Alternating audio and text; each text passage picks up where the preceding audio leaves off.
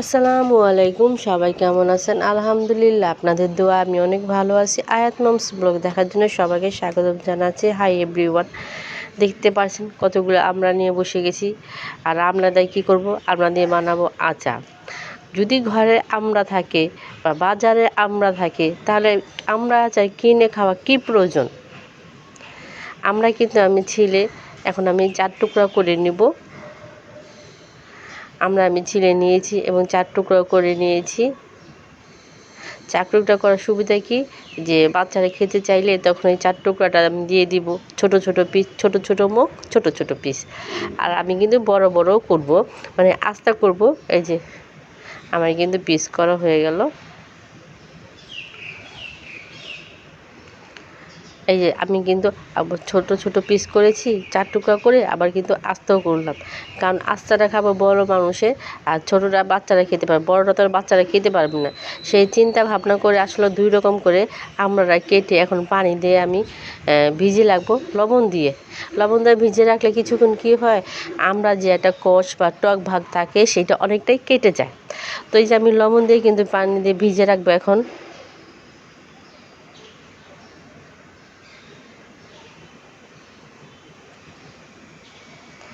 আমি কিন্তু অনেকক্ষণ পর ভিজে রেখেছিলাম, যে এই যে দেখেন অনেকক্ষণ পর আসছে, প্রায় দুই থেকে আড়াই ঘন্টা পর পর্যন্ত আমি এটাকে ভিজে রেখেছিলাম। তাতে 5-6 ঘন্টাও ভিজে রাখতে পারেন। তবে আমি সকালে কেটেছি তো, তাই বিকেলবেলা হয়তো 3 ঘন্টার মতো হয়েছে। আর এই দেখেন পানির গুলা কীরকম কষকষ আর ঘোলা হয়ে গেছে। আমি কিন্তু এখন আমরা আচার বাগার দিয়ে দিব। তো বাগার দেওয়ার জন্য প্রথমে প্রয়োজন হয়েছে সরষের তেল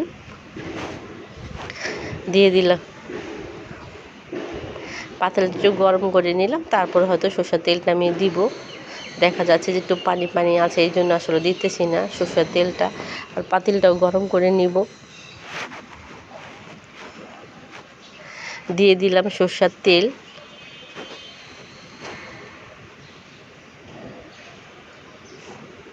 দিয়ে দিলাম 5 ফোড়নের ফাঁকি, সরষা। আমি কিন্তু একে একে করে এই যে এটা দিয়ে দিলাম আস্ত, যেটা ধরে থাকে আস্তটা, সেটা কিন্তু আমি দিয়ে দিলাম আস্তাটা। এখন আমি এগুলোকে ভালো করে ভেজে নিব, যাতে একটা ঘ্রাণ আসে। ঘ্রাণটা না আসলে কিন্তু তখন আবার কাঁচা কাঁচা একটা ভাব থেকে যাবে। আর যখন ভাজাটা পুরো হয়ে যাবে, তখন দাঁতে যদি লাগে তখন কিন্তু খুবই সুন্দর একটা ঘ্রাণ আসবে। ভাজা হয়ে গেছে, এখন আমি দিয়ে দিলাম আমড়াগুলো। একে একে করে এখন সব মশলাগুলো দিয়ে দিব। দিয়ে দিলাম হলুদ গুঁড়া, মরিচের গুঁড়া, চিনি অবশ্যই স্বাদ মতো।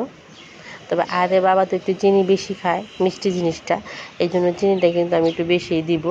আর একটু আমি নেড়ে নিলাম। আর শুকনো মরিচের ফাঁকি যেটা ভাজা, সেটা কিন্তু আপনারা এখানে দিতে পারেন, শুকনো মরিচ যেটা আস্ত ভাজা হয় সেইটা। আর আমি দিয়ে দিলাম লবণ স্বাদ মতো। আর দিয়ে দিব আমি সেটা যাকে ভিনেগার বলে সেইটা।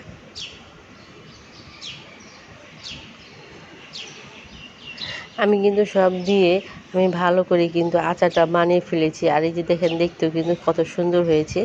আর একটা কথা বলা ভালো, সেটা হচ্ছে শুকনো মরিচের জিনিসটা, যে ব্যাপারটা বলতে চেয়েছিলাম।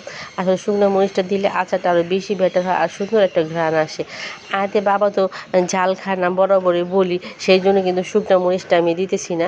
এখানে যদি 5-7টা শুকনো মরিচের গুঁড়া দিতে পারতাম হাতটা ডলে, তাহলে কিন্তু ঘ্রাণটা আরও সুন্দর আসতো।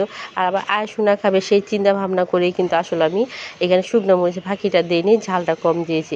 তবে আপনারা যখন খেতে যাবেন অবশ্যই শুকনো মরিচটা এখানে দিয়ে তারপরে আচারটা বাগার দিবেন। তো আজকের আচারটা বাচ্চাদের জন্য কেমন হলো অবশ্যই কমেন্ট করে জানাবেন। সবাইকে অনেক অনেক ধন্যবাদ। আসসালামু আলাইকুম, আল্লাহ হাফেজ। আর সবাই এভাবে বাড়িতে আচার বানিয়ে আমরা আচার অবশ্যই খাবেন, কারণ সিজনের সময় আমরা আচারটা খুবই ভালো লাগে। আর বাজারে আমরা এখন বর্তমানে অ্যাভেলেবেলে পাওয়া যাচ্ছে, তাহলে আর কিনে খাওয়া কী প্রয়োজন? স্বাস্থ্যকর খাবার খান, ঘরের খাবার খান। সবাইকে অনেক অনেক ধন্যবাদ। আসসালামু আলাইকুম, আল্লাহ হাফেজ।